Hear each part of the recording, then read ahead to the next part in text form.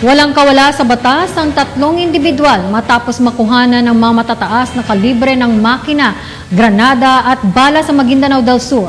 Yan ang tinutukan ni Patrolwoman Judy Ann Alibo. Narecover ang matataas na kalibre ng makina, granada at bala sa Sitio Dansuli, Barangay Pagatin, Datos Salibo, Maguindanao del Sur noong ika-18 ng Mayo taong kasalukuyan. Kinilala ni Police Lieutenant Victor T. Lim, hepe ng Datos Salibo Municipal Police Station, ang mga suspect na sina alias Alpha King, alias Abu at alias Zack.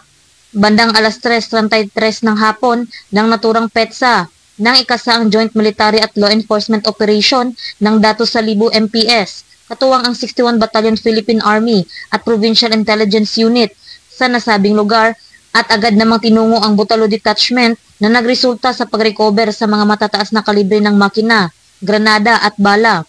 Narecover mula sa lugar ang isang unit ng bore machine, isang unit ng vice machine, isang unit ng turning machine, 2 unit ng M79 grenade caliber, ilang unidentified caliber at isang 105 howitzer ammunition.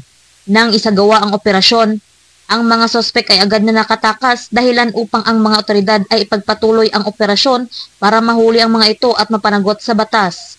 Ang mga narecover na ebidensya ay kasalukuyang nasa kustodiya ng 61 Battalion Philippine Army para sa dokumentasyon at tamang disposisyon.